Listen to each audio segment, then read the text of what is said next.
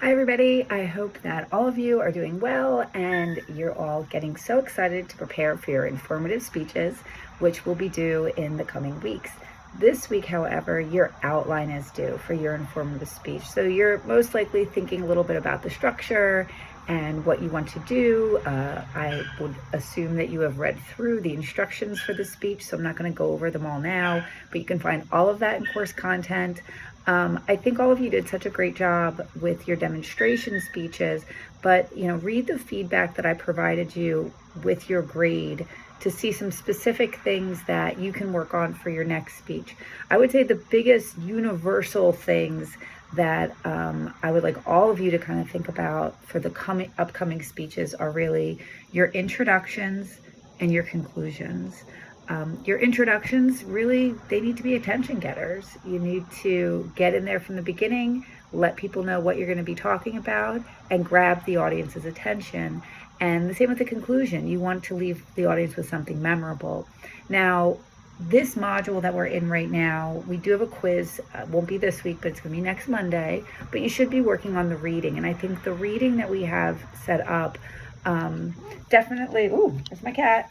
The reading that we have set up definitely, speaks to some things that you should be using in your speeches that you have right now. So I want to talk just a little bit about some of the things. And if you look in course content, I did include the PowerPoint that goes along with what I'm going to be talking about right now, which is speech structure and audience analysis. Now, one of the things, and I know I mentioned it in the comments for a lot of you guys, is that it's hard when you're doing this class online because you don't have an audience in front of you, and it's hard to feed off of that audience because you can't see people's faces, you can't really engage, but you still have to think about who will be watching your speech, right?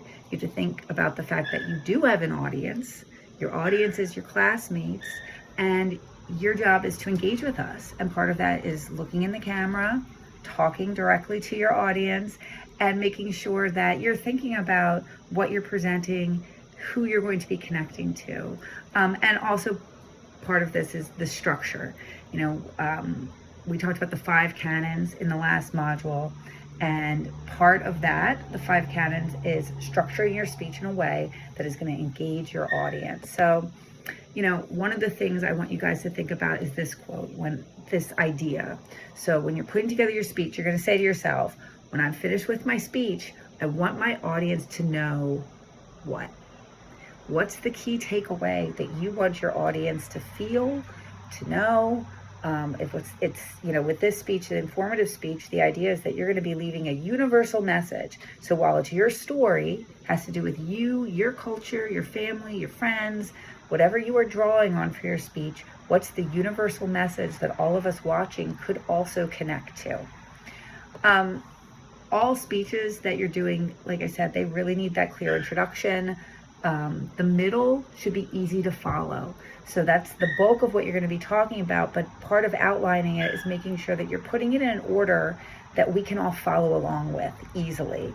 That's why I always say, no rambling. Now, I'm probably rambling a little bit right now, but we don't want everybody to ramble when you're giving a professional speech. You want to make sure that you're honing it and crafting it in a way that people can follow and they can understand in the best way possible within the time constraints that you have. It's a short period of time. You guys have probably realized, or some of you anyway, that the time can go quick. So you got to make sure you get everything in there. And then the end has to be a satisfying conclusion, something that the leave behind is there. If you're talking about a universal message, you want everyone to walk away knowing what that universal message is and being able to follow along with it. Thinking about what's the best way, when you're thinking about that order you want to put things in, think about what the best relationship is. Are you telling a story that's chronological, right? Are you telling a story that's a cause and effect? This happened, so then this happened. Is it topical? So you want to stay on a certain topic and then switch over to other topics throughout.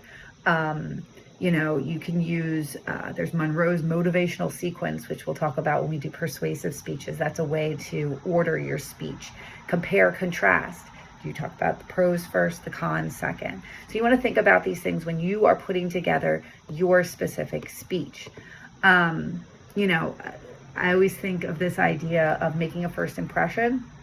And I want you guys to think about that when you're making your speeches. Some of you, when you put together your demonstration speeches, I could tell you really thought about everything. You thought about what you were wearing. You thought about your background and the composition of your shot. That stuff's great because you are making every single thing about your presentation, whether it's in person or through video, is making an impression on your audience. And that's going to say whether or not they're going to actually listen to you and want to hear more about what you're trying to say. Some effective introductions, get the audience's attention. Sometimes that's making a loud noise, saying something loud. Use your voice if you need to. There's lots of different tools that you can use to really get the audience's attention. Establish credibility. Make sure that they know, if you're talking about something that you know a lot about, you're going to establish right away why you know a lot about this thing. Is it because you read something, you researched? Is it because of your family? Talk about, or your experience. You have to talk about that from the beginning. Relate with the audience. Remember who you're talking to. Mention them. Say, I know all of you listening right now. Make sure that you're establishing that back and forth. The fact that you know that you're talking to people out there. Acknowledge them, right? They're part of this. This is a back and forth. It's not just you and a camera. This is a presentation. It's a speaking engagement.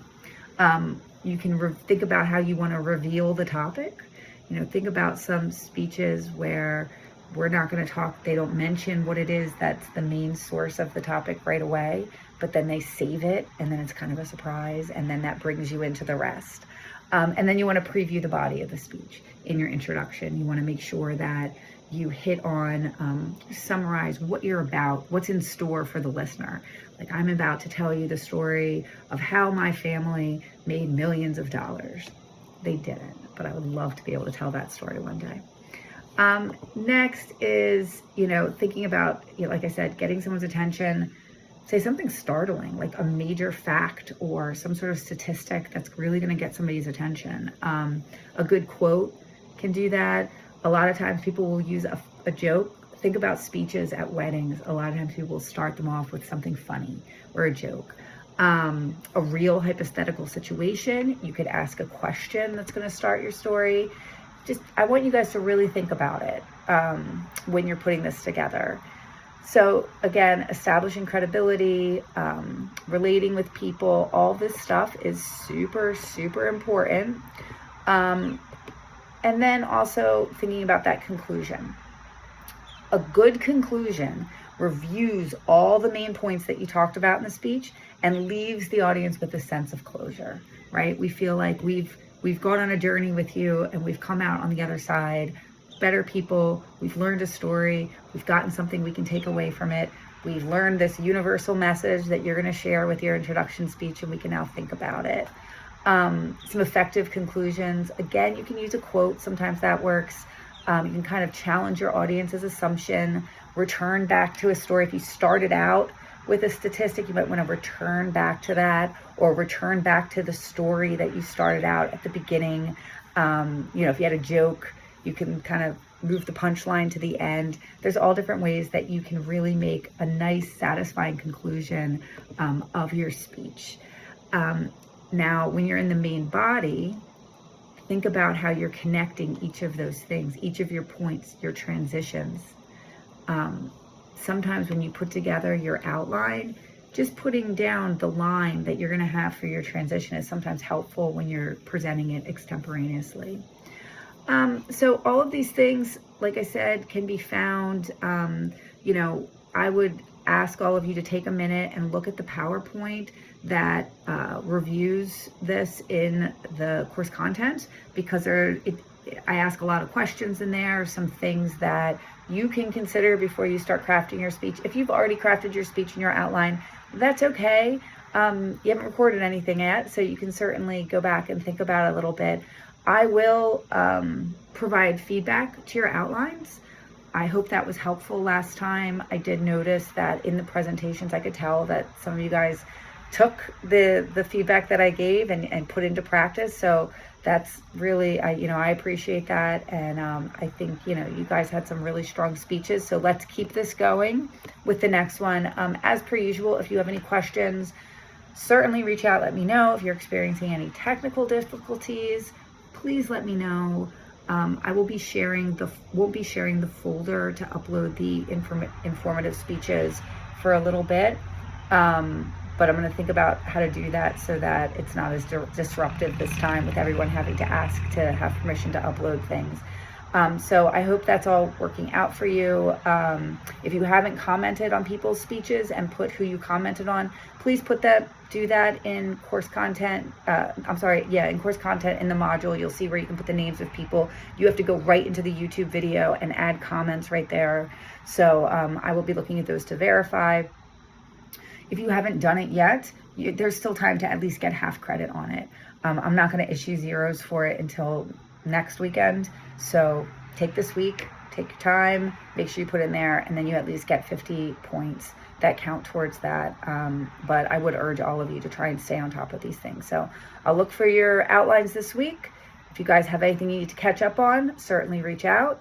And as always, on Wednesdays, I will be available for my office hours from 12 to 1 p.m. So I would be so happy to connect with any of you then. I think the course is going great, but the next few weeks are going to be pretty busy with things coming up. Like I said, outline this week. Early next week, you're going to have your a quiz, and then your speech is going to be due on November 1st. So it's all coming quick. Let me know if you need anything, but talk to you guys soon.